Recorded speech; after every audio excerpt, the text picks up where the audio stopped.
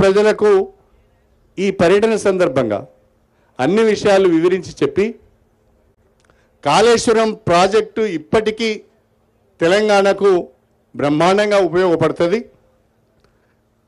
కాళేశ్వరం ప్రాజెక్టులో భాగమైన మేడిగడ్డ బరాజును త్వరితగతిన పూర్తి స్థాయిలో దాన్ని రిపేర్ చేసి రెనోవేట్ చేసి రీస్టోర్ చేసినట్లయితే నీటి నిల్వ చేసుకోవచ్చు, తిరిగి రైతాంగానికి సాగునీరు అందించవచ్చు అనేదే మా అభిప్రాయం. ఎండలు ముదరకముందే ఏప్రిల్ మాసము మే మాసం రాకముందే తెలంగాణ వ్యాప్తంగా నీటి కష్టాలు వచ్చాయి.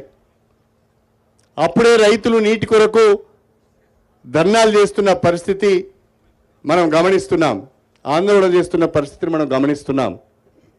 ఆ విషయాన్ని కప్పిపుచ్చటానికి, ప్రజల దృష్టిని మలచటానికి, ప్రజలకు కావలసిన సాగునీరు అందించే ప్రయత్నం చేయకుండా, ప్రజలు ఎదుర్కొంటున్న సమస్యలను పరిష్కరించే ప్రయత్నం చేయకుండా కాంగ్రెస్ ప్రభుత్వము దీన్ని గోరంతలు కొండంతలు చేసి గోబల్స్ ప్రచారం చేసి ప్రజలను తప్పుదోవ పట్టించే ప్రయత్నం చేస్తున్నది.